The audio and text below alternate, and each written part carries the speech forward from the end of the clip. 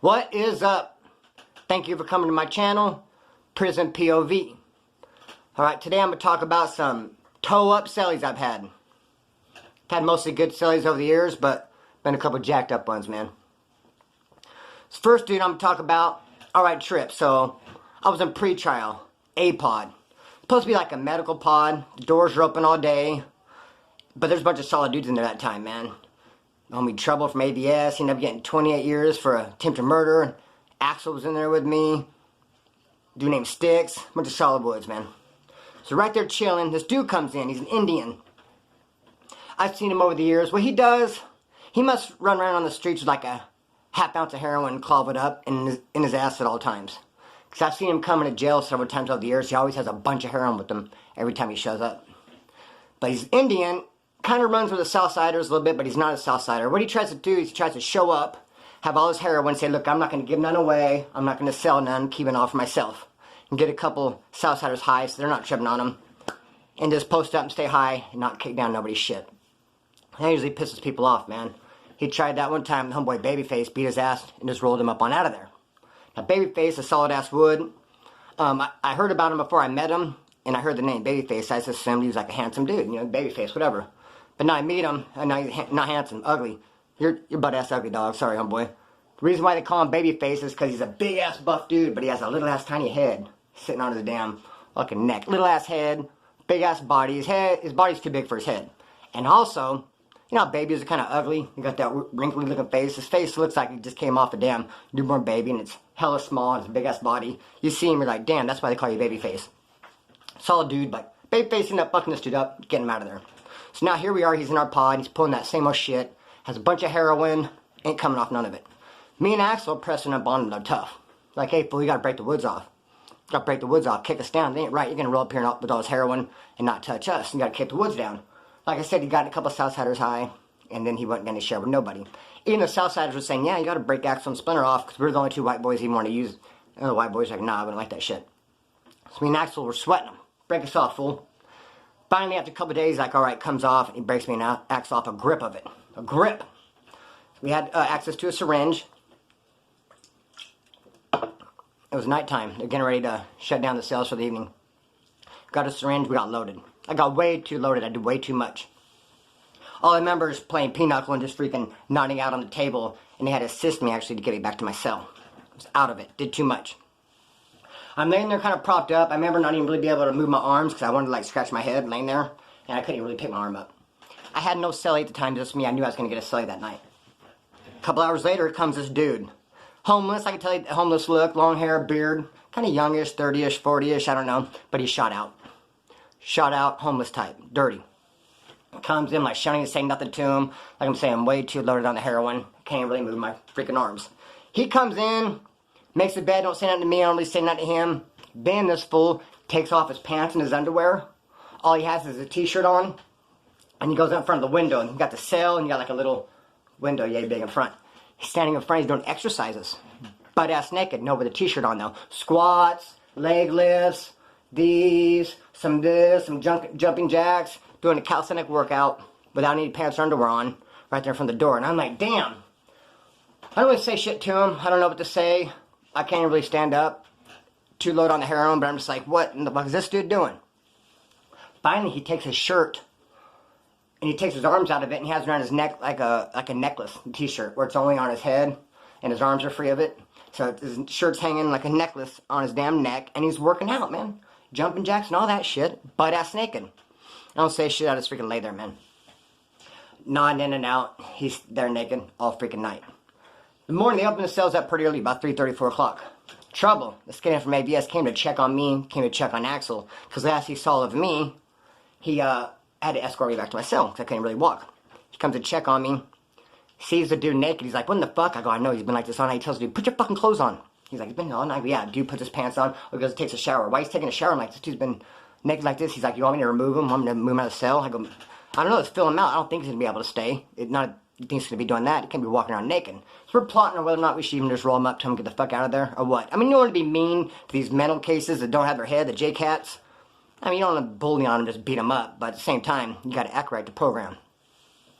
He's taking a shower, he comes back. Trouble's like, you need to put your fucking clothes on. He's being kind of mean to him, getting in his face a little bit. I'm just laying there, still rolled out on heroin. So he gets his clothes on. Finally, he's in the day room, he's walking back and forth. We're thinking, alright, cool, he'll keep his clothes on. Maybe that was an isolated incident. Next thing you know, the door cracks. The cops come, they crack the door to say something, whatever. Dude goes running out the door. Like, oh shit. About 10 minutes later, he comes walking back in with 2 cops to get his shit. And I guess he wanted to roll up and leave. It's interesting though, because usually when someone darts out like that and they roll up, a cop will come in to get the stuff. But he came in with the cops to get his stuff.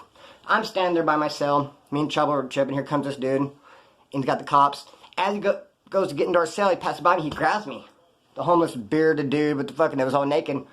Instead of going into the cell, he looks over at me and like kind of grabs my shirt and like pulls me towards him. I'm like, whoa. I don't really have time to react. But the cop, when he sees that, the cop grabs me by my shoulders and pushes me against the wall real hard, gets in my face. He's like, chill out, man, you better fucking chill out. The cop's telling me, I'm like, whoa, shit, what the fuck? So then the cop's acting like I was the one that grabbed his shirt. I mean, he lunged and attacked me. And now the cop is, on my bumper, bro, pushed me against the wall and is sweating me all in my face, like, chill out, chill out.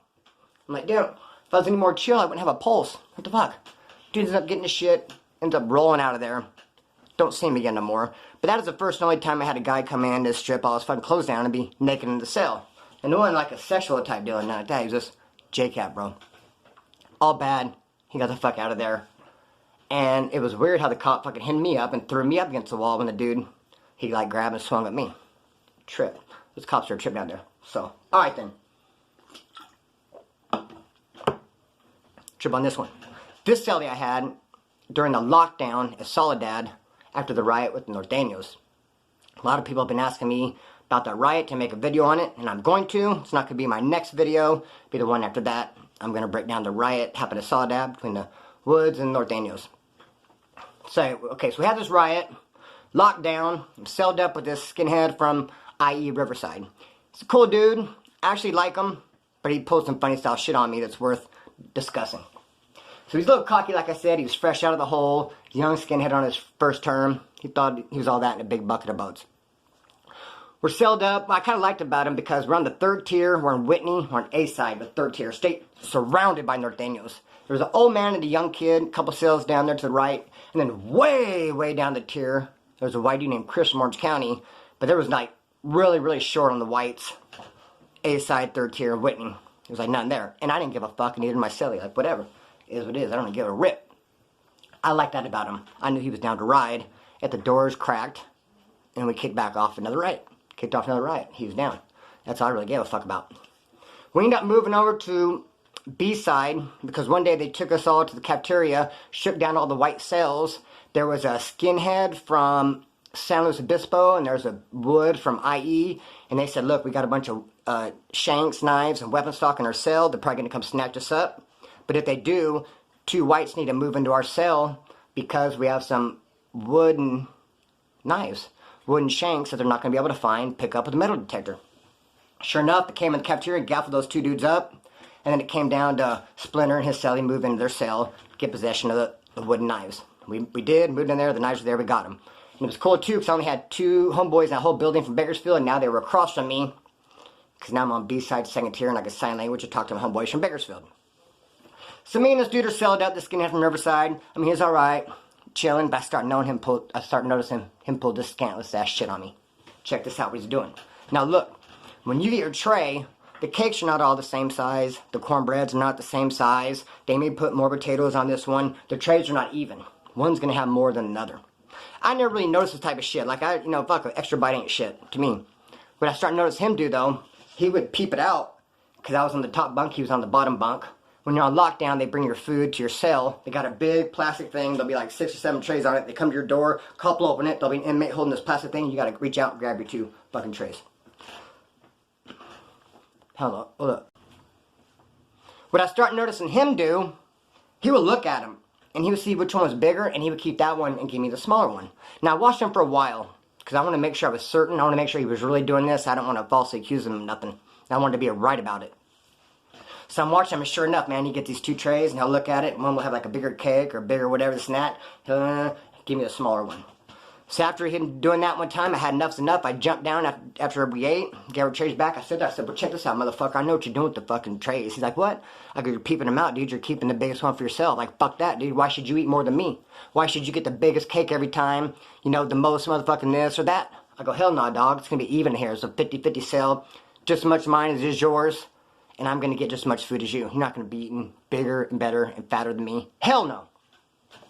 I said, this is what we're going to do, man. You're either going to grab it, and you're going to, whatever's in your right hand, you're going to give it to me, and you get the left every time, regardless of what's on them. My tray's in your right hand when you grab them like this. We're going to do that, or let me get down, and I'll grab one of the trays, either breakfast or dinner, and I'll get the biggest one. Then when you grab, you get the biggest one. So one of us each gets a big tray, one of us each gets a small tray. However we do it, we're going to do it where it's fucking even. You're not going to be getting over. At all. He's like, all right, decided to go ahead and do the right tray is mine. So they come one morning, it's Sunday. I know it's Sunday because it was the Grand Slam. It was eggs and potatoes, sausage and bacon, all that shit. Grand Slam. They come to crack it open. The one on the right that was supposed to be mine was loaded up. A lot of time them dudes, when they're making the trays, since it's like a little bit of potatoes left in the container thing, they're bringing a new one, they'll just dump it all out. Get it out of here and get a new one in there. They'll load them up sometimes. This one happened to be straight loaded up. And I'm looking at this, I was like, oh hell no. He doesn't have it in him to keep it 100 and give me my tray. He's going to keep it because it's so loaded up. I knew it. I knew he was going to try to get over. But I peeped him. I saw it. Sure enough, he did the old switcheroo. Gave me a small one. Kept the big one for himself. I was like, all right, motherfucker. I was on the top rack. I put all my food in my bowl. I jumped out right in the middle of him eating. I grabbed his tray. Threw the whole motherfucking thing away. Allowed the food in up on the floor. Threw the tray on the ground. I was like, what's up, dude? Come on, sling it, motherfucker. He's like, what? I was like, dude, I'm tired of you stealing from me, dude. I ain't no fucking punk or no bitch trying to get over on me. Like, you know, you think you should eat better or what? No, my bad, Splinter. Sound like the dogs. End up apologizing and breaking it down. Like, dude, I just couldn't resist the temptation. I was like, dude, you knew I was going to see you, homie. I'm on you. I'm on you like a cheap suit, brother. You're not going to get over. He's like, oh, I know, man, I know. So anyway, it was squashed. We squashed it. He didn't eat breakfast that day, but he didn't try that shit no more either. Pulled another scandalous move on me. I'm probably not going to talk about in this video, but he tried to do a weird cell change thing. He wanted to move in with his homeboy to get some tattoo work. Now, if he's going to move out, that means I'm going to have to get a cellie. I told him, dude, you can move out anytime you want, but you have to give me time to shop for another cellie. You're not just going to move out and leave me hanging and I get some old dude off the bus. You don't want someone off the bus if you could help it. You'd like to get someone you know there who's established and you met and you know who they are.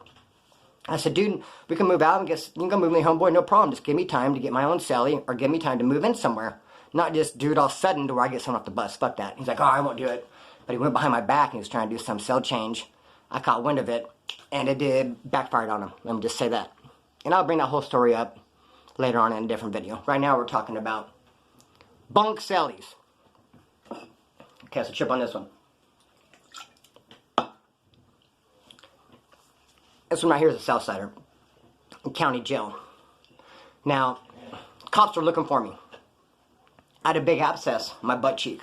When you shoot up a lot of dope like I have over the years, you'll lose your veins. Especially heroin. If you shoot up heroin a lot, it'll harden your, I don't know what happens to them. I got no veins, even to this day. So you lose your veins, you end up having to muscle. You can go on your arm, go on your butt cheek, whatever. Just put the heroin right in your muscle. But what happens, though, you can end up with an abscess. My butt cheek was on swole. It was as big as a damn basketball. I'm not lying, from muscling in my damn butt cheek. I was going to go to the hospital. Cops were looking for me. I was at my pad. I was going to walk to the store and get something to drink. I had a car, but I was just going to walk to the store. It was right there. And I was actually honestly going to go to the hospital the very next day for this big ass abscess. It can kill you. I walked to the store to get me a drink. And when I'm walking back, I noticed BPD and the cops. They're parked off to the side like they do when they go to the house. I could tell they're at my house. I'm like, shit, man, the cops are at my house. They're looking for me. So I walked back towards the store. And what it was, I'm in Bakersfield. I'm on Real Road in Maine. They got a guitar center right there. I play guitar. For some of you guys have gone to my Instagram. I post videos of me playing guitar. I'm decent. I like to play. So I thought, well, shit, I'll go to Guitar Center, and you can go there, and you can post that, and they'll let you just plug in, play all day. They ain't tripping on you. So I thought, I'm going to go to Guitar Center, I'm going to play guitar for a little bit, give the cops time to leave before I go back to my pad. So I'm playing guitar, about a half hour goes by, or so. So I leave Guitar Center, and I go walking down my street. The cops are just leaving as I was walking towards my house. And I see them, I'm like, damn. I try to duck, and I go into an alley, and I take off running. Well, someone sees me. Some concerned citizen, some tipster, saw me, flagged the cops down, said, I don't know what's up, but some dude just ran from you. So the cops flip around, they ask, find out, I went back to Guitar Center. Go back Guitar Center playing a little bit, and I think, okay, it should be gone by now. I get up to walk out, and I see BPD. He's talking to the chick that works there. He has her out front. They're talking about me. I'm like, shit. They have a back door. So I'm going to go running out the back door. But I know it's got alarms and all that type of shit on it, because they obviously don't want people to take guitars, run out the back door. So I go, and it's got like a little piece of plastic zip tie. Instead of a lock, so I had like a zip tie. So I just break that thing, open the door, alarms go off. Go back there, 2 BPD cars. Hey, get on the ground, motherfucker. They got me, bro. Gaffle me up. Arrest me, put me in the back of the cop car. It's like July. Got all the windows up, no air. Just let me straight sweat it out. So the cops come. I tell the cop, I said, don't even bother me taking me to jail. You better take me straight to Kerr Medical Center or the hospital. Because they will not take me into jail. I got this big abscess. I know if you have medical problems, they can't even take you into jail. You have to get the treatment first. He's like, no, fuck that. I'm taking you to jail. I ain't got time for the hospital. I said, dude, they're not going to book me into jail with this abscess. You got to take me to the fucking hospital. He's like, nah, fuck that. Get in there, I see the nurse. Sure enough, tells the cop to take this dude to the hospital. He's heated. He's heated because I'm right. He didn't like that. Plus, he doesn't have time. He's going to have to stay with me like probably 4, 5, 6 hours down there. On the way to the hospital, he's like, man, we get there, you better refuse. If you do not refuse treatment, he says, it's going to be all bad for you. He goes, trust me, don't fuck with me. Threatening me, telling me that I had to refuse service. If he had to stick around, if I said, no, I want you to take care of this abscess, he had to stay there for 4 or 5 hours with me. He said, I'd regret it. Threatening me. Like, fuck, I don't want to play with this dude. He could put fucking, say, hey, I found this 8-ball in the back of the cop car. He could say that I lunged at him and hit him. He could say all kinds of shit. They're scandalous as fuck. Don't think they're not. So, we get to the hospital and I say, I refuse treatment. I go, take me to jail. They go, you sure? I go, you don't want treatment? I go, no, fuck it. You can die. Or whatever. So, they take me to county jail. The nurse is mad there. I go, I refuse treatment. She goes, you refuse treatment? I go, yeah. So, they book me with it. I just figure as soon as I get in there, I'll put in a medical slip, go see the doctor and get it taken care of. So I get in there. When it was happening, though, they ignored me for like 2 weeks. They're mad at me that I was at the hospital and refused and came back in with the injury. And I'm trying to see a doctor. Like, nah, just throwing those requests away. Whatever they did, they had me on the shine for like 2 weeks. And I got this huge abscess. Just fuck with me, man. I can't really walk that good. I get into pretrial, into D-Pod. They got that ruling lockdowns. They only have the cells open for 4 hours a day. I get this Southsider for a cellie. Thing about him, though, now, when you're from Bakersfield, if you're part of a gang, if you're Barrio Bakers, Loma Bakers, Colonial Bakers, you go in, and that's what you are. But if you do not rep a gang, if you're not a gang member, and you're Mexican dude, you just go in there and claim Bakers 13. You're still Southside, you still ride with them. If something kicks off, you have their back. You're under their policies. If they have a big spread, you eat with them. You're in the car, but you're not really a gang member, because you don't gang bang on the streets. So you're just Bakers 13. So I got this dude, he's my cellie. I don't like him. Right off the bat, I don't like this motherfucker.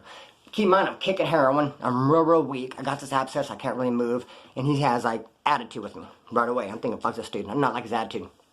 Then we got in a big-ass fight because I'm on the top bunk, right? He's on the bottom. I'm not sleeping. You know anyone who kicks heroin, you don't sleep. I think I didn't sleep for like 3 weeks straight. I'm wide awake, and I'm up and down. Sorry, bro, but yes, I'm up and down. I'm getting water. I'm stretching my legs. I'm getting restless. My butt cheek is hurting. I have to walk. I'm not just going to freaking lay in my bed, wide awake all night, just laying there. So I guess I got down, and my pant leg had touched his arm. So he got like a peg that sticks out, come from top bunk, put your foot on it. My pant leg had touched his arm somehow and woke him up.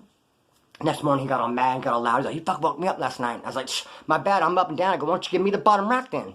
He goes, no, I was here first. It's not about being here first. It's about fucking, I have a medical need. I should be on the bottom if you don't want to get woken up all night because I'm going to be up and down. He's like, no, fuck that. Don't get down. Stay up there. I'm like, what? Stay up there? Oh, you put me on rack status now? So I'm supposed to be up my rack, and if I want to get down, I'm like, no, I can't get down because, he doesn't want me to get down. No, fuck that, bro. I'm up and down. I'm up all night. Fuck, it is what it is, bro. So we did not get along at all. He had an attitude. We even squared off a couple times. One time I told him, dude, if you're a white dude, I would have done beat the fuck out of you, bro. He's like, oh, it's kind of Southsider, you scared to swing? No, not about scared to swing. Fucking, we can get off right here, but I gotta pick my battles. See those 2 white dudes that are out in the day room surrounded by 8 Southsiders? I mean, you start fighting right here, right now, they're gonna rush them. I have to take them into consideration. I don't want to put them in a bad spot just because you got a fucking punk ass attitude. So we had words a couple times. We squared off a couple times. Almost got into a fight a couple times. What I did though, I said, dude, I'll tuck my pants into my socks, so we don't have to worry about my pant hitting your arm anymore. But yes, I am going to be up and down. Then I would take a piss. You tell me not to flush the toilet, dude. I'm going to flush the toilet, bro. If it wakes you up, shit, that's what happens. Don't come to jail. I'm not going to be pissing the toilet and just leave it there, afraid that the flushing will wake you up. Fuck that. I'm getting water. I'm up and down. I'm doing me. He didn't like it. It was tense with us for a while. We lived together for about 10 days or so. He ends up moving out. I end up getting another cellie, a white dude. Cool as fuck. Love this guy. And I start meeting the Southsiders around there. We're talking. And I tell this one dude from the body, I'm like, you know that last cellie I had? I did not like that dude, man. Fuck that motherfucker. He goes, yeah, none of us liked him. He goes, he was on straight shine. He goes, you could have beat his ass. We wouldn't have done shit. I was like, what? You guys didn't have his backside. No, fuck him. I guess what happened was, check this out. And look, no matter what you do, if you do something at a certain institution, it's going to follow you. No matter what. Everybody knows about everything you did last time, the time before that, and the time before that. You can't do something here and think you're going to go here and people can know about it. Everything follows you. What this dude did, I guess, he was at law school reception. He had his old lady had sent him in. His old lady had sent him some pictures of her in lingerie. You know, you can get pictures like that in Wasco, in prison, girls in lingerie, you know, tits and stuff like that. So, his old lady sent some pictures in of her in some lingerie, of her tits, her butt and all that, and he was showing them to the fellas. Why would you do that? Why would you show pictures of your old lady, naked or whatever, to the fellas? But he was like, ooh, yeah, I like this, yeah. And then one's like, hey, let me get this picture when he leaves. He's like, all right. So he had told some dudes straight out that he could have the naked pictures of his old lady whenever he left. He's going to parole. Stupid, lame, dude. You're going to give some dude you don't even know, you met him over a cold bowl of mush, you're going to give him your fucking pictures of your old lady? Damn. Came down to it. He's going to parole that day. The guy walks up. He's like, yeah, you're going to leave. Let me have those pictures. Dude's like, nah, I'm not going to give them to you. I changed my mind. Dude's like, what? Change your mind? Fuck you, damn bitch. Called him a bitch. Got up in his face. Tried to fight him. Dude wouldn't fight. So everyone put him on lame status because he got called a bitch. Did nothing about it. Put him on lame status because he promised pictures of his old lady naked to people. Just, they weren't fucking with him. He's on lame status. Comes into pre-trial. Someone sees him, recognize him, puts him on blast. They cut him loose. Or ain't fucking with him. I move in there. Got major problems with them. Had a straight fucking attitude. Fuck that dude. Tried to put me on rack status. Tell me to stay in my bed all night because getting down was waking him up. Shit. I don't think so, buddy. So anyway, man, 3 stories right there. Like I said, I've had mostly good cellies. Even if you have a good cellie, though, someone who's cool and you're down with, still a possibility that you guys could, you know, rub each other the wrong way. For instance, I had a down-ass cellie from Ontario, i.e., his name's Turtle. Cellie's at Wasco D4. We even caught a battery. We did a removal together. We got in a big-ass argument one day. Almost went to blows because, well, I was reading this book, World War II book, and it was talking about the kamikaze guys in the plane. Japanese fighters.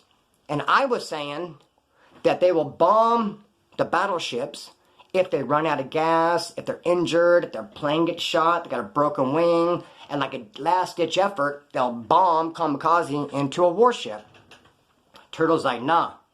They leave the airbase, they leave the strip knowing, hey, I'm a kamikaze, I'm going to go fly into a warship, whether my plane is damaged or not. Whether I'm hurt or not, I'm going to take this perfectly good plane and go just crash land it into a warship. Use myself as a freaking bullet, a bomb.